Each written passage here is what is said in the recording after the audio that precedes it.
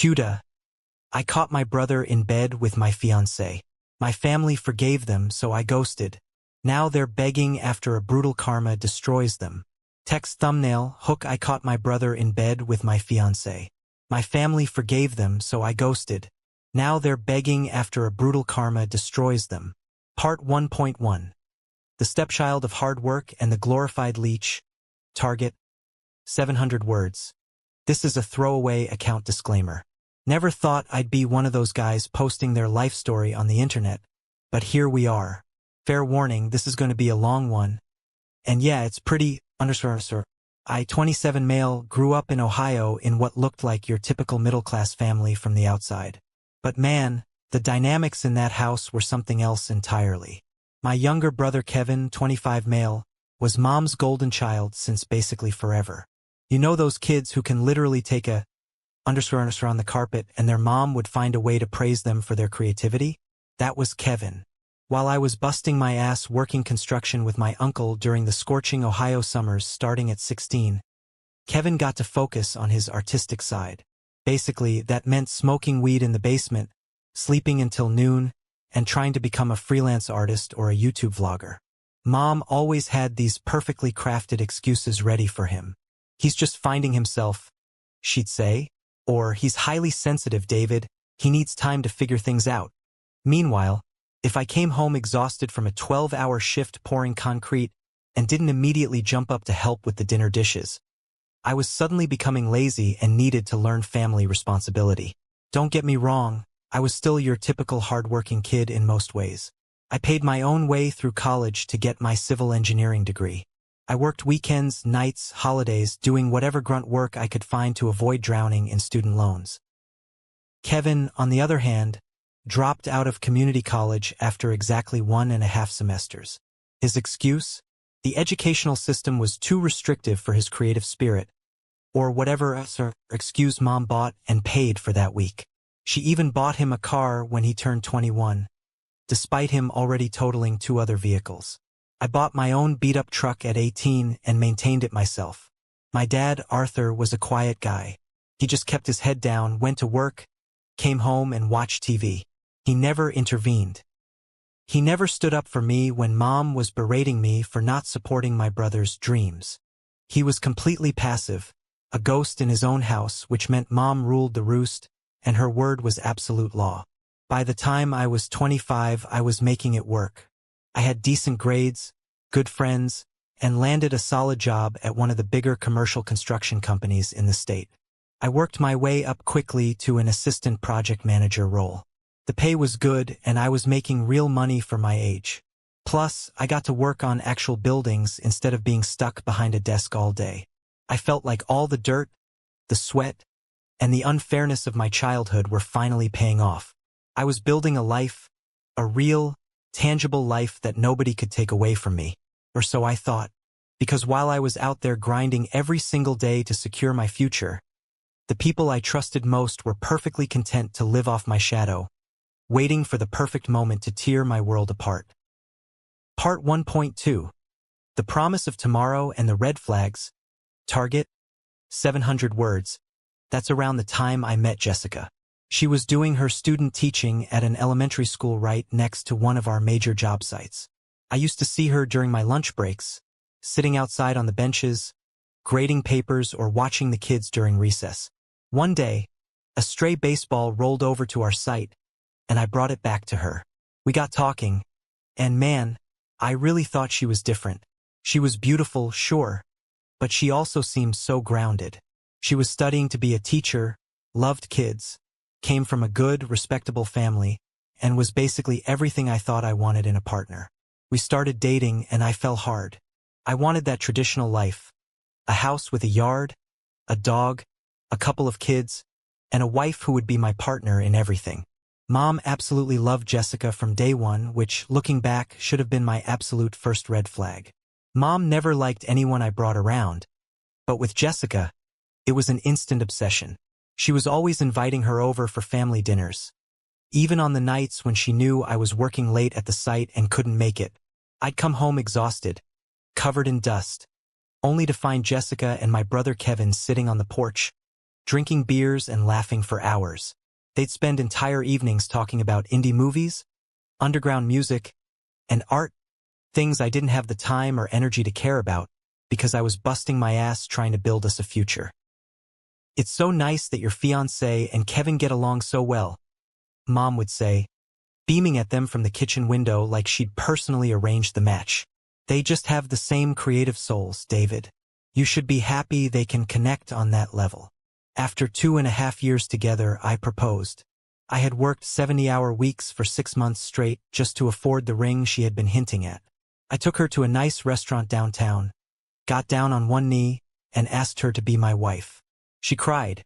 She said yes, and I really thought I had it all figured out. We started planning the wedding, putting money away into a joint savings account. I was working harder than ever, taking every overtime shift available, completely blinded by the dream I was chasing. God, the signs were all there, weren't they? Looking back now, it makes me sick to my stomach how blind I was. I missed how she'd always find excuses to hang out at my parents' place on Saturdays when I was at the site. I missed how she and Kevin had all these inside jokes that I was never a part of. I missed how, during family dinners, they would casually finish each other's sentences. I remember this one specific time, about a month before everything blew up. We were all at the dinner table. Jessica was telling a story about a music festival, and Kevin chimed in with a detail she forgot. They locked eyes and laughed. This deep, intimate laugh. Mom sat there with this weird, satisfied, knowing smile on her face. Dad just stared at his mashed potatoes. I was too busy mentally calculating the cost of our roofing materials for the next day to notice that my entire life was a __ joke. Part 1.3. The grim May afternoon. The door to hell opens. Target. 800 words. Here is where the nightmare actually begins. It was a Tuesday afternoon in May. I remember the weather perfectly. It was unseasonably warm. A beautiful, clear day. We were supposed to pour the foundation for a massive new commercial complex, but our supplier completely __ upped the delivery schedule. The cement trucks weren't coming until the next morning. My foreman told me to take the rest of the afternoon off since there was nothing we could do.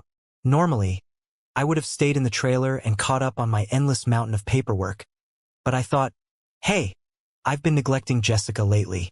I'll surprise her. I stopped by a florist, bought her favorite hydrangeas, and drove home around 2 p.m. I pulled onto our street and immediately saw Kevin's beat-up Honda Civic parked in the driveway of the townhouse Jessica and I rented. That piece of __ car that Mom was still paying the insurance on. I should have known something was up right then. Kevin was supposed to be working on his portfolio at Mom's house. But my naive brain just figured he dropped by to borrow something, or maybe Mom sent him over with some food. The front door was unlocked. The house was quiet, except for music coming from upstairs. It wasn't just any music. It was our song. The song I had proposed to her to. __ Ironic, right? I walked in, holding the flowers, and looked up the staircase. There were clothes scattered on the steps. A pair of Kevin's ratty vintage Converse. Jessica's cardigan. Pair of jeans. You know that moment in movies where all the ambient sound drops out, and all you can hear is the rushing of your own blood in your ears? Time literally slowed down. I stood there, staring at that cardigan, the one I had bought her for her birthday, lying there on the carpet like a fan sign pointing to the bedroom. I walked up the stairs. Every step felt like I was moving underwater. I didn't want to open the door, but I had to. I pushed the bedroom door open. I'm not going to describe the exact visual of what I saw. You can use your imagination. But it was raw, it was unmistakable, and it was happening in the bed I had paid for, under the roof I was breaking my back to keep over her head. But here's the part that really broke something inside my brain. They didn't even notice me at first. They were completely lost in each other. When Kevin finally turned his head and saw me standing there, the hydrangeas dropping from my hand to the floor, he didn't scream. He didn't scramble in a panic.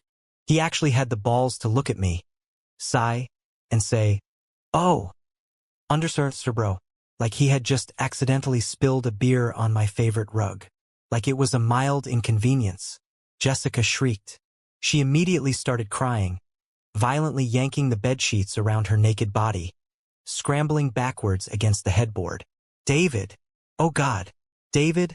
Oh my God! Please! She kept repeating it over and over like a broken record. I didn't yell. I didn't charge at him with my fists, even though every primal instinct in my body was screaming at me to beat him until my knuckles bled.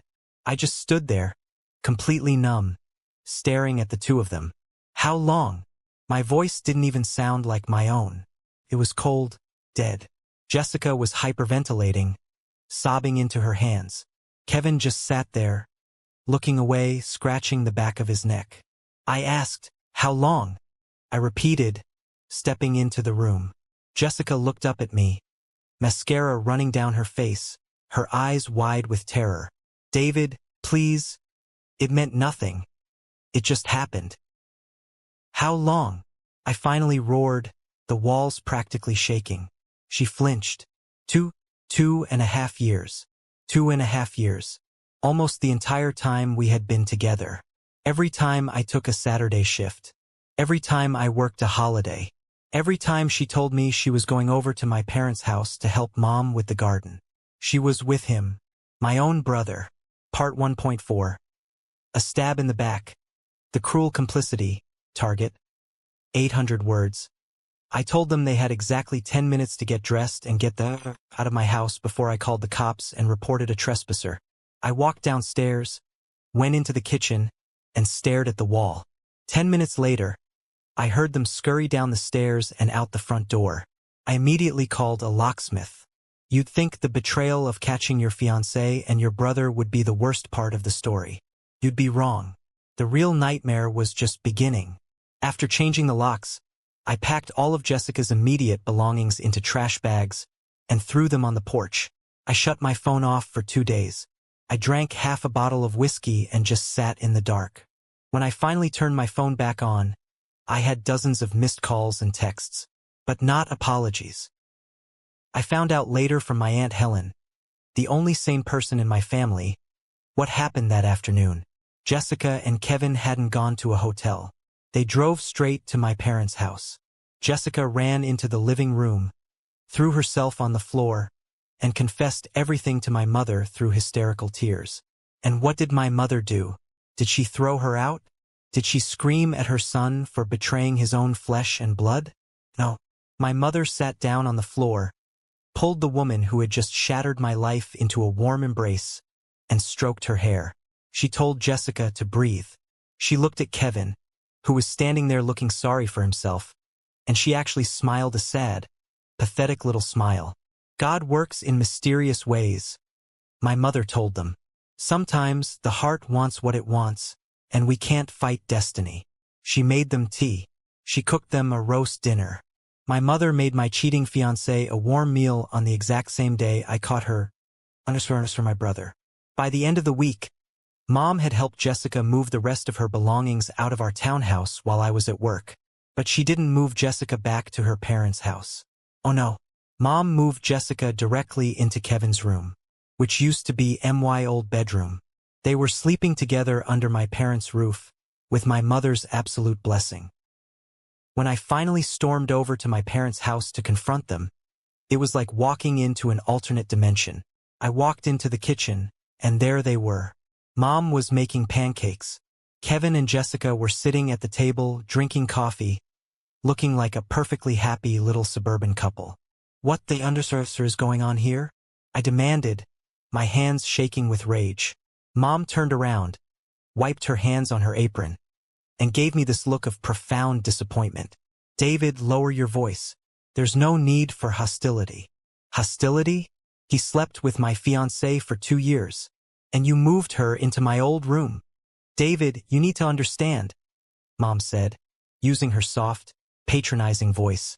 Kevin and Jessica share a very special connection, a deep, artistic bond. You were always so focused on your career, your money, your buildings.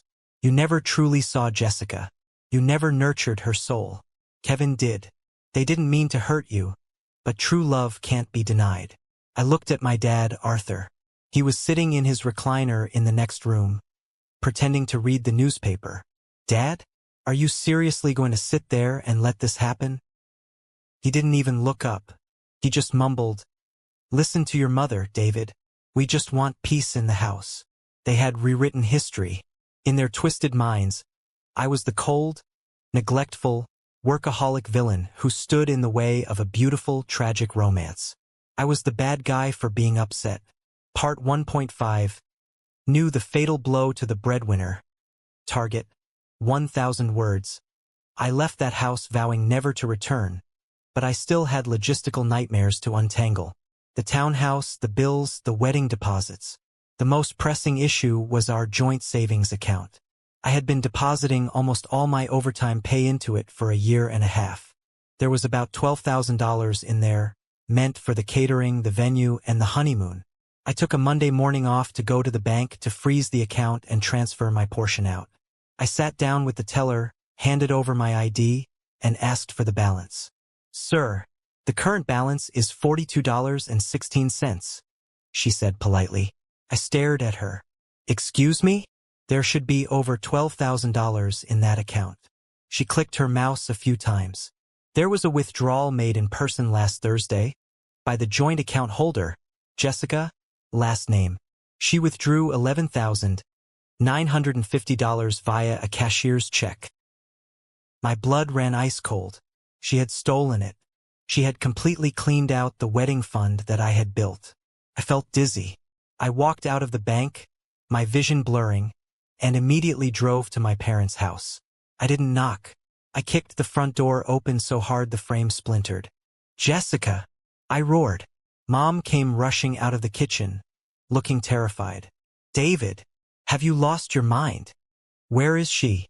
Where is the thief?" "They aren't here," Mom said, crossing her arms defensively. "They left yesterday for a trip to California.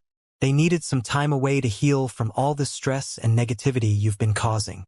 With my money, she stole 12 grand from my bank account to take my brother on a vacation." Mom didn't even flinch. She actually looked annoyed. "David, stop being so dramatic. It was a joint account. Technically, she had a right to it. Besides, Kevin has been having terrible anxiety attacks because of how aggressive you've been. They needed a healing trip. Consider it your contribution to helping your brother find peace." I was so disgusted I couldn't even speak. I turned around and walked out, but the universe wasn't done destroying me yet. I drove back to my townhouse. I needed to get my work gear together for the next day. I parked in the driveway and walked around to the back of my truck. My job required me to provide my own specialized tools, high-end DeWalt laser levels, Makita power tools, heavy-duty surveying equipment, specialized concrete vibrators. It took me 5 years to build that collection. It was worth easily $15,000. It was my livelihood. Without those tools, I couldn't do my job as a project manager. The heavy-duty steel lockbox bolted to the bed of my truck was wide open. The padlock hadn't been cut. It had been opened with a key. I looked inside. Empty. Every single tool. Every battery. Every case. Gone. I frantically patted my pockets. My spare truck keys, which I always kept in a small bowl by the front door of the townhouse. They were missing. Jessica still had a key to the house before I changed the locks, but she didn't have the truck keys. Only one other person knew where I kept my spare keys. My mother. She used to water my plants when I was out of town. I drove straight back to my parents' house. I cornered my mother in the hallway. "Where are my tools?" I demanded, backing her against the wall. She turned pale, but then her face hardened into that self-righteous mask she always wore. "I don't know what you're talking about. Do not lie to me. You took my spare key. You and Kevin stole my tools. Where are they?" She pushed past me, her voice trembling but arrogant. "Kevin needed some capital, David. He found a gallery in Los Angeles that might feature his art, but he needed travel money and submission fees. You have a great job, you have excellent credit. You can just buy new tools. Kevin doesn't have your advantages. You've always been so selfish with your money." I felt my knees almost give out. My own mother. My own flesh and blood. She had orchestrated the theft of my livelihood to fund a romantic getaway for the brother who betrayed me and the woman who broke my heart. They had literally stolen my ability to earn a living, pushing me into massive credit card debt just so they could go play artist on the beach. "You're a monster," I whispered. "You're a sick, twisted monster. I am a mother trying to level the playing field for her children." She screamed back. "You will not speak to me that way. You are strong, David. You will survive. Kevin needs this more than you do." I walked away. I didn't report them to the police. I had no solid proof, no cameras, and Mom would just lie and say I gave Kevin the tools. I was completely broken. I had to max out 2 credit cards the next day just to buy enough basic equipment to keep my job, burying myself in debt while they were sipping margaritas in California on my dime. Part 1.6. The Last Straw at Easter and the Escape. Target. 1,000 words. The next few months were a blur of absolute misery. I worked, I slept, I paid off debt. I lived like a ghost. I tried to just ignore their existence, but my mother wouldn't let me. She relentlessly bombarded me with texts, emails, and voicemails, demanding that I attend the upcoming Easter Sunday dinner. "It's time to let go of this toxic anger, David. Family is family. You need to be the bigger person." I don't know why I went. Maybe a sick part of me wanted to see if there was any shred of humanity left in them. Maybe I just wanted closure. So, on Easter Sunday, I drove to that house one last time. I walked into the dining room. The table was beautifully set. Dad was carving a ham. And there they were, Kevin and Jessica sitting side by side, holding hands. They looked tanned, happy, and completely unapologetic. But that wasn't what made my blood boil. As I sat down across from them, the light caught something around Jessica's neck. It was a diamond pendant. A very expensive, custom-made diamond pendant. Kevin caught me looking at it. He smirked. "Like it, bro? Got it for her in LA. Figured she deserved something special after all the drama. He bought it with my money. The money I bled for. He was sitting there, wearing designer clothes, buying diamonds with the cash they stole from me, in the house my parents paid for. Before I could even process the rage, Mom clapped her hands together, her face glowing with manufactured joy. "Attention, everyone. Since we are all finally together, I have a wonderful announcement. I've invited Jessica's parents to join us for dessert today. Because Kevin and Jessica are officially getting engaged. We're going to start planning the wedding." The room went dead silent. Even Dad stopped carving the ham. Jessica looked down, blushing coyly. Kevin grinned like he had just won the lottery. Mom was staring at me, waiting for my reaction. She was practically begging me to explode so she could play the victim again. She wanted me to scream so she could point and say, "See? Look how unstable and angry David is. We had to do this." But the anger didn't come. Instead, a wave of absolute, freezing cold clarity washed over me. I saw them for exactly what they were. Parasites, leeches, sick, twisted people who fed off my misery to fuel their own delusions. I didn't yell. I didn't flip the table. I just stood up. I calmly picked up my jacket from the back of the chair. "David, where are you going? We haven't even had dessert," Mom said, her voice dropping a little, confused by my silence. I looked at her. I looked at Kevin. I looked at Jessica. "I'm going to let you enjoy the life you bought with my money," I said quietly, "because it's the last thing you will ever get from me." I walked out the door and never looked back. The next morning, I walked into my boss's office. I knew the company was opening a massive new division down in Florida, and they were desperate for experienced project managers to lead the expansion. "I want the Florida transfer," I told him, "and I want it immediately." My boss, who knew a little bit about what I was going through, didn't ask questions. "How soon can you pack?" "I can be on the road by Friday." I spent the next 4 days executing a masterclass in disappearing. I broke the lease on my townhouse and paid the penalty in cash. I sold everything I couldn't fit into the back of my pickup truck. I went to a completely different bank, closed my remaining accounts, and transferred my funds. I drove to a different carrier, bought a new phone, and changed my number. I deleted every single social media account I had. I didn't tell a soul. Not my aunts, not my cousins, not my friends who might accidentally leak information to my mother. I became a ghost. Friday morning, at 3 a.m., the air was bitterly cold. I stood in the empty driveway of my Ohio townhouse. The bed of my truck was loaded with my new tools, some clothes, and that was it. Everything else I left behind. I threw my phone, the old one that was tied to their family plan, into a dumpster behind a gas station. I climbed into the driver's seat, started the engine, and pulled out onto the highway. As I drove south, watching the sun come up over the horizon, the heavy, suffocating weight that had been crushing my chest for the last year finally started to lift. I was leaving the poison behind. I was free, but I had no idea that the universe was already setting the stage for the most brutal, spectacular karma I could ever imagine. Part 2.1. The Phoenix Rising from the Florida Ashes. Target: 700 words. The drive to Florida was 1,000 miles of pure, unadulterated silence. I didn't turn on the radio once.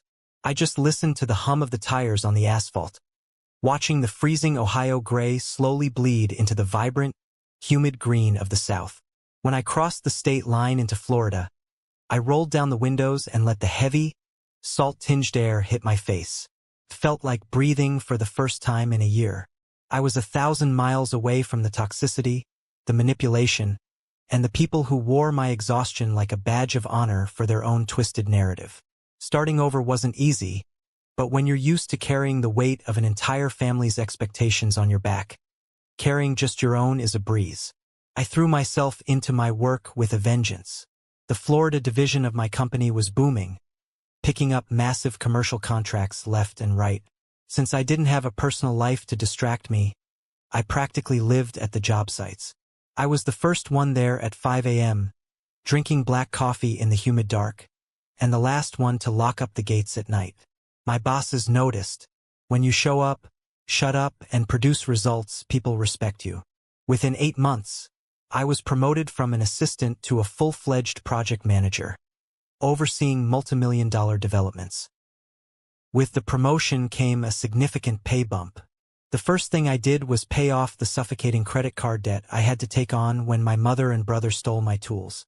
The second thing I did was walk into a Ford dealership and buy myself a brand new F-250 Super Duty, straight off the lot, paid in full.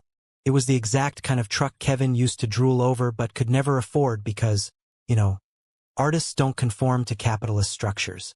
Every time I started that engine, it felt like a tiny victory. But the anger was still there. It lived in my chest like a coiled snake, tightening every time my mind drifted back to that May afternoon in my bedroom. I needed an outlet before the rage ate me alive, so I joined a local MMA gym. I spent my evenings hitting the heavy bag until my knuckles were raw, sparring with guys twice my size, learning how to take a hit and keep moving forward. It was exactly what I needed. It grounded me. It taught me discipline, control, and how to weaponize my anger instead of letting it control me. Finally, I was sleeping through the night. No more waking up in a cold sweat. No more phantom sounds of my engagement song playing in my head. Of course, Mom couldn't stand the radio silence. I had changed my number and blocked everything, but she was relentless. She started creating fake Facebook and Instagram accounts just to stalk me. I'd get these bizarre messages from accounts with names like sunshine_florals_1960 or blessed mama_88. The messages were always the same predictable garbage. David, we miss you so much. Kevin is doing so well with his art, but he feels the void of his older brother. Please come home. A family shouldn't be broken over a mistake. She never acknowledged the theft. She never acknowledged the betrayal. In her mind, I was just throwing a childish tantrum. I didn't engage. I didn't reply. I just hit block and went about my day, building my buildings, driving my truck, living my life. I thought I had built an impenetrable fortress around myself. I thought I was completely safe from their madness. I was dead wrong. Part 2.2. The masterpiece of manipulation. The cancer card. Target. 800 words. It was a Tuesday in late October. I was in my site trailer, reviewing structural blueprints, when my phone buzzed. It was an Ohio area code. I almost hit decline, assuming it was another one of Mom's flying monkeys, but something told me to answer. It was my Aunt Helen, Mom's older sister and historically, the only person in that entire bloodline who actually possessed a functional moral compass. The second I put the phone to my ear, I knew something was horribly wrong. Aunt Helen was sobbing, not just crying, but unleashing these deep, ragged, hyperventilating sobs that chill you to the bone. Helen? Aunt Helen, what's wrong? Are you okay? I asked, my heart hammering against my ribs. David, she choked out, her voice trembling violently. Oh God, David, it's your mother. All the anger, all the resentment, all the hatred I had built up over the last year vanished in a millisecond. That's the sick thing about family. No matter what they do to you, that primal wire is still connected. What happened? She has cancer, David. Breast cancer. It's stage 4. The doctors said it's metastasized to her bones. They gave her 2 months, maybe less. She's rapidly declining. I felt the blood drain from my face. The blueprints on my desk blurred. She wants to see you, Aunt Helen cried. She's begging for you. She says she can't leave this earth with this bad blood between you. Please, David. I know what she did was unforgivable, but she's dying. Please come home. I didn't even think. I didn't question it. You don't question a stage 4 cancer diagnosis delivered by a hysterical relative. I hung up the phone, walked out to my foreman, handed him the clipboard, and told him I had a family emergency. I drove straight to the airport, bought the first available ticket to Ohio at the counter, and boarded a plane with nothing but a carry-on bag containing a black suit. I packed a funeral suit because I genuinely thought I was going home to bury my mother. The entire flight, I was in turmoil. I stared out the window at the clouds, warring with myself. Could I forgive her? Could I stand by her deathbed and hold the hand of the woman who orchestrated the theft of my livelihood and sheltered the people who broke my heart? By the time the plane touched down in the freezing Ohio rain, I had convinced myself that I had to. She was dying. Death is the ultimate equalizer. I would say my piece, grant her peace, and close that chapter forever. I took a rental car straight from the airport to my parents' house. The driveway was packed with cars. I recognized Aunt Helen's sedan, Kevin's piece of dash, Civic, and a few others. I assumed the family had gathered for a vigil, or maybe she was on hospice care in the living room. I put on my black suit jacket, took a deep breath, and walked up to the front door. I didn't knock. I just turned the knob and walked in. I expected the sterile smell of medical equipment, the hushed whispers of mourning relatives, and the dim lighting of a sick room. Instead, I was hit with the smell of roasted garlic, the loud popping of a champagne cork, and upbeat music playing from the stereo. I stepped into the dining room, and my brain completely short-circuited. There was no hospital bed. There were no 4 drips. There was no hospice nurse. Standing at the head of the table, wearing a sparkling cocktail dress, looking completely vibrant, healthy, and flush with life, was my mother. Beside her stood Kevin, wearing a ridiculous velvet blazer, holding up a glass of champagne. And next to him was Jessica, flashing a massive diamond ring on her left hand. The room went dead silent as they saw me standing in the doorway in my funeral suit. Mom gasped, but it wasn't a gasp of surprise. It was a theatrical, practiced gasp. She immediately plastered on a watery, emotional smile and took a step toward me with her arms open wide. David! Oh, my beautiful boy! You came home! I stepped back, my eyes darting frantically around the room. Aunt Helen was sitting in the corner, looking down at her lap, refusing to meet my eyes. What is this? I asked, my voice barely a whisper. Where are the doctors? Aunt Helen said. She said. Mom stopped, her smile faltering for a fraction of a second before she morphed her expression into one of profound, motherly sacrifice. David, honey, please understand. We were desperate. You wouldn't answer my calls. You wouldn't read my letters. Kevin and Jessica are officially tying the knot next month, and I couldn't bear the thought of our family being fractured for such a joyous occasion. I had to do something drastic to get you in a room with us so we could heal. She faked it. She faked terminal cancer. She made her own sister believe she was dying, just to manipulate me into attending her golden boy's engagement party. The silence in the room was deafening. Kevin shifted uncomfortably. Bro, come on. It's just a little white lie. Have a drink. Let's just squash the beef. I looked at my mother. Really looked at her. I saw the pure, unadulterated rot inside her soul. There was no love there. There was only control. You cursed your own life, I said, my voice eerily calm, resonating through the silent room. You faked a terminal illness. You made me pack a funeral suit to bury you, just to force me to look at these two pieces of garbage. David, don't use that language. Mom snapped, her true colors instantly flashing. I am your mother. I did what I had to do to save this family. You are being entirely too dramatic about this. You're dead to me, I said. It wasn't a threat. It was a statement of absolute, undeniable fact. From this second forward, as far as I am concerned, you actually died today. Do not ever contact me again. I turned on my heel and walked out the door. I heard Mom start wailing behind me, her real, ugly cry this time, realizing her ultimate manipulation had just nuked the bridge permanently. I got back in my rental car, drove back to the airport, and flew back to Florida. I didn't shed a single tear. You don't cry over a corpse that's still breathing. Part 2.3. The Ghosts of Family and the Arrival of Clara. Target. 800 words. Returning to Florida after the cancer stunt changed me. I became hypervigilant, paranoid, and utterly closed off. I threw myself even deeper into my work and my MMA training. I built walls so high and thick that nobody could even see the top of them. I assumed everyone had an ulterior motive. I assumed every kindness was a trap. Then, about 6 months later, I met Clara. I tore my rotator cuff sparring at the gym and had to spend a few weeks doing physical therapy. Clara was one of the nurses at the clinic. She was sweet, soft-spoken, and incredibly patient. She had this calming aura about her that just naturally disarmed people. We started chatting during my sessions. She laughed at my terrible jokes, and I found myself actually looking forward to the agonizing shoulder exercises just to see her. Eventually, I asked her out to dinner. She said yes, and things moved surprisingly fast. Clara was the polar opposite of Jessica.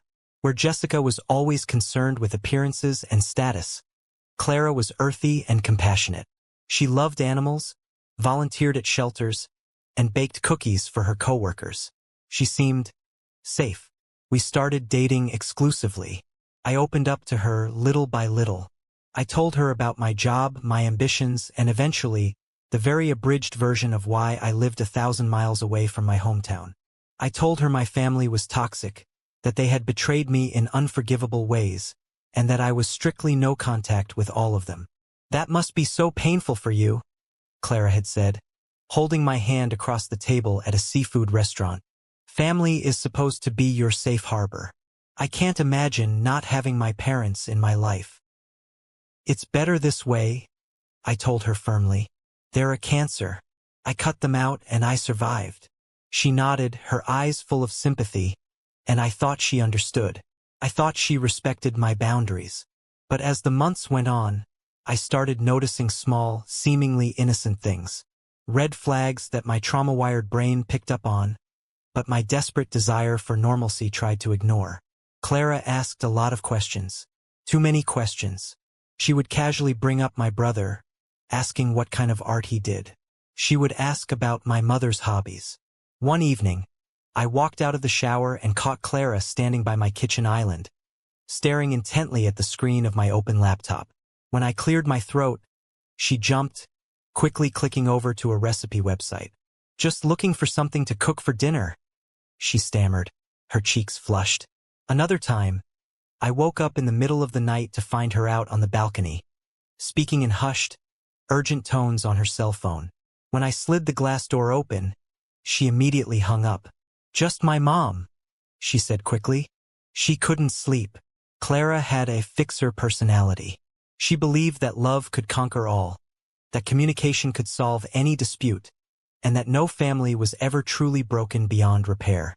She grew up in a perfect, supportive household where the biggest conflict was who burned the Thanksgiving turkey. She had no concept of true malice. She had no idea what a narcissistic mother was capable of. And that naivety was about to blow my life up all over again. Part 2.4. The Christmas Eve Betrayal. Target. 900 words. We had been dating for just over a year when the holidays rolled around. Clara invited me to spend Christmas with her family at their large estate in Naples, a couple of hours south of my place. I agreed. I was actually looking forward to it. Her parents were great people. Her dad was a retired architect who loved talking shop with me, and her mom treated me like a second son. It felt like I was finally getting a taste of the normal, healthy family dynamic I had always craved. Christmas Eve was picture perfect. The house was decorated to the nines. A massive fire was roaring in the fireplace, and the smell of roasted duck filled the air. We drank wine, exchanged stories, and laughed. For a few hours, the ghosts of Ohio were completely silent. I felt genuinely happy. Around 7 p.m., the doorbell rang. "Oh, that must be the carolers," Clara's mother said, wiping her hands on a towel. "Clara, honey, go get the door." Clara stood up, but she didn't look excited. She looked terrified. She shot me this wide-eyed, guilty look, her hands visibly shaking as she walked toward the grand entryway. "Everything okay?" I asked, standing up, my instincts instantly flaring. Clara opened the heavy oak door. Standing on the porch, bundled up in winter coats, looking entirely out of place in the balmy Florida evening, was the nightmare I thought I had buried. My mother, Martha. My father, Arthur. My brother, Kevin. And Jessica. My entire body locked up. The blood roared in my ears so loudly I thought I was going to pass out. For a split second, I genuinely thought I was having a hallucination. "Surprise?" Mom said, stepping into the foyer, peeling off her gloves. She looked past Clara and locked eyes with me. She wore that same sickeningly sweet, victorious smile she had the day she told me Kevin and Jessica were getting married. I looked at Clara. She was crying, wringing her hands together. "David, please don't be mad. Just listen to them. Please." The realization hit me like a freight train. The questions, the hushed phone calls, snooping on my laptop. Clara had betrayed me. She had found my mother on Facebook. They had been talking behind my back for months. My mother had played Clara like a cheap fiddle. She had fed Clara a sob story about a heartbroken, misunderstood mother who just wanted to heal her fractured family. She painted herself as the victim of a stubborn, angry son who was running away from his problems. And Clara, the naive little fixer who wanted to orchestrate a Christmas miracle, bought it hook, line, and sinker. She had given them my location. She had coordinated this ambush. "David, darling," Mom said, taking a step forward, her voice dripping with manufactured emotion for the benefit of Clara's parents, who were now standing in the hallway looking utterly confused. "It's Christmas. A time for forgiveness. We flew all the way down here because we refused to let this family remain broken. We love you. We want you back in our lives." Kevin chimed in, leaning against the doorframe, trying to look casual. "Yeah, bro. Come on. It's been over 2 years. You've made your point. Let's just drop the tough guy act and hug it out." Jessica stood behind him, looking nervously at the floor, clutching a designer handbag I'm sure Kevin bought with whatever was left of my stolen money. I didn't yell. I didn't curse.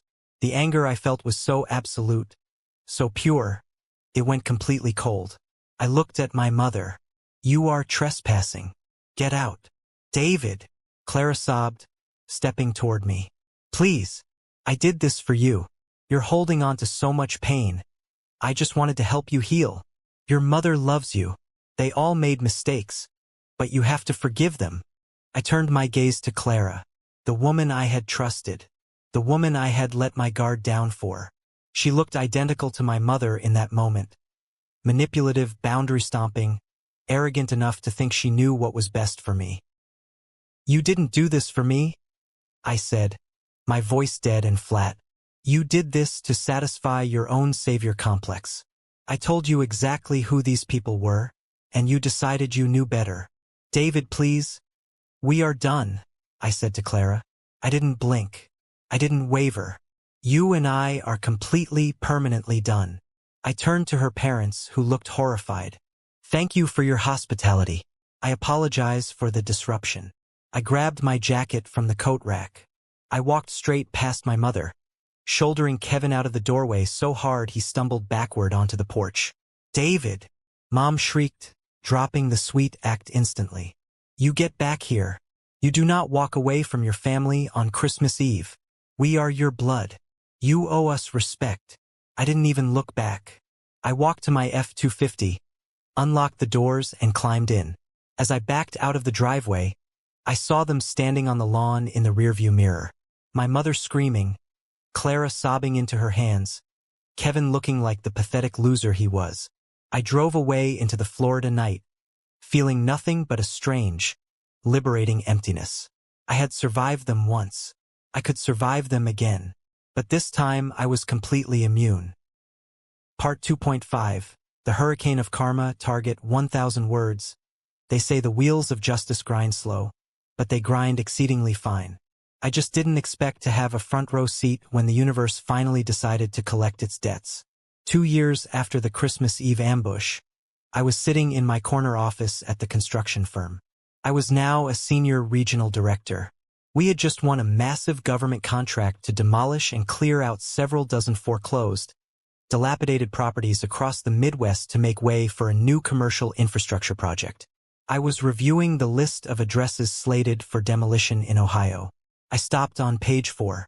My finger hovered over a specific address. It was my parents' house, the house I grew up in, the house where my mother had orchestrated my ruin. I immediately called my old foreman in Ohio, who I still kept in touch with occasionally, to ask what the hell was going on. What he told me was a symphony of poetic justice so beautiful it almost brought a tear to my eye. Here is how the Golden Empire crumbled. It turns out, the cancer stunt and the Florida trip were just the tip of the iceberg of my mother's financial insanity. To fund Kevin and Jessica's lavish lifestyle, their extravagant healing vacations, and a $60,000 dream wedding that Kevin insisted on having to prove his status as a successful artist. My mother had secretly taken out massive second mortgages on the house. She had forged my father's signature on several high-interest loans and maxed out dozens of credit cards. Eventually, the house of cards collapsed. The bank came calling. When my father, Arthur, finally discovered that his wife had completely bankrupted him to coddle his deadbeat son, something inside his passive brain finally snapped. For the first time in his life, he stood up to her. He packed his bags, moved into a cheap apartment, and filed for a brutal, unforgiving divorce. Without his income, the house went straight into foreclosure. But the karma didn't stop there. Oh no, the universe saved the best for Kevin and Jessica. Their flawless, artistically connected marriage lasted exactly 8 months. Why? Because Jessica, as it turns out, is fundamentally incapable of keeping her legs closed when she gets bored. She didn't just cheat on Kevin. She cheated on him with his best friend, the same guy who stood right next to Kevin as the best man at their wedding. The cherry on top? She got pregnant. And since Kevin has a documented medical condition that makes him sterile, a fact my mother conveniently kept hidden, there was zero doubt about who the father was. The scandal nuked their lives. Jessica's conservative, upper-middle-class parents disowned her out of sheer embarrassment. Word got around the local school districts about her atrocious moral character, and her teaching contract wasn't renewed. Last I heard, she was living in a dingy trailer park, working the graveyard shift at a customer service call center, raising her affair baby while her new baby daddy sits on the couch playing video games. As for Kevin, the golden child completely shattered. Without my money to steal, my mother's house to live in, or his trophy wife to parade around, reality hit him like a concrete block. He spiraled into heavy alcoholism. He lost whatever part-time jobs he managed to get. He is currently completely broke, homeless, and sleeping on a cot in Aunt Helen's basement, writing depressing poetry that absolutely no one will ever read. And my mother, Martha? The grand manipulator who thought she was a mastermind? With the house foreclosed, her husband gone, and her credit utterly destroyed, she had to face the real world. At 62 years old, having not worked a single day in over 3 decades, she was forced to get a job just to afford a 1-bedroom apartment in a bad part of town. She is currently working 40 hours a week as a greeter at a local Walmart, standing on her feet all day in a blue vest, smiling at strangers. I didn't just read the demolition report. I bought a plane ticket.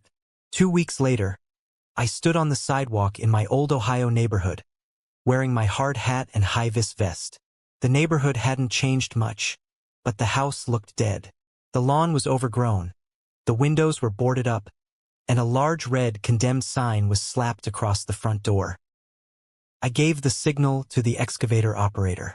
I stood there with my arms crossed, drinking a cup of coffee, and watched as the massive steel claw tore through the roof of my old bedroom.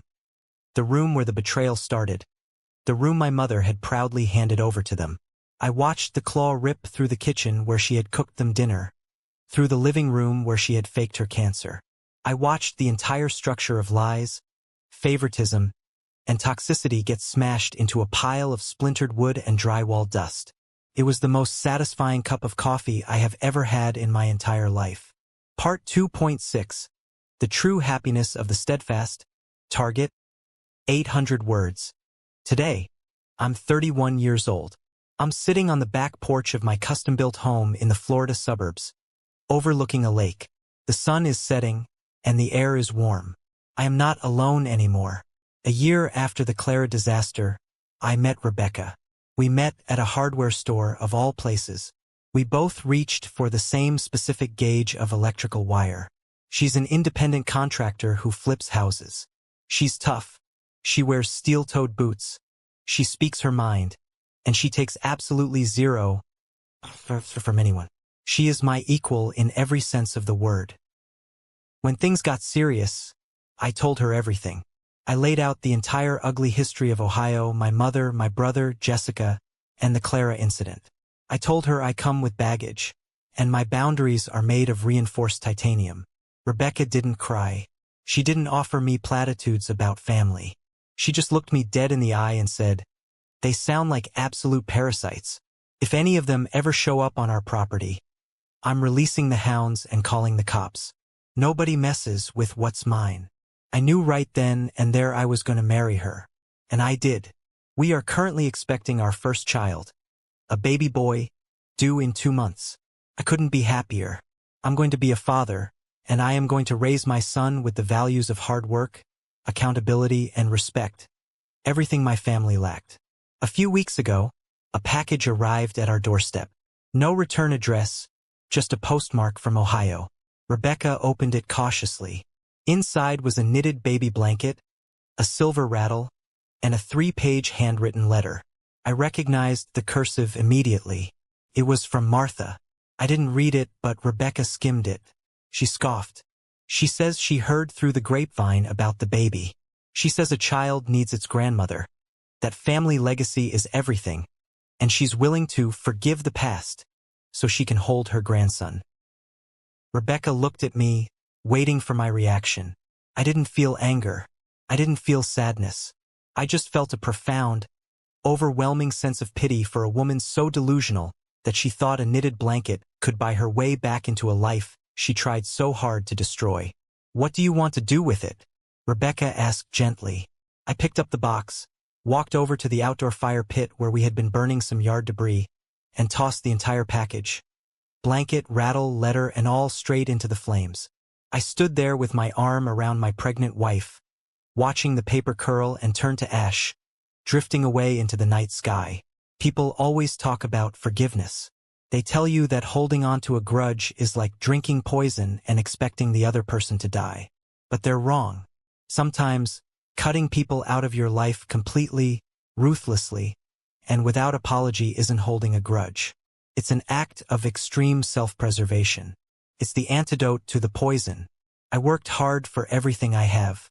My hands are calloused, my back aches, but my conscience is entirely clear. I built my life brick by brick, and I refuse to let anyone tear it down. My brother wanted the easy way out, my mother wanted a puppet, and my ex-fiancée wanted a free ride. In the end, They all got exactly what they deserved. And me? I got everything I ever wanted.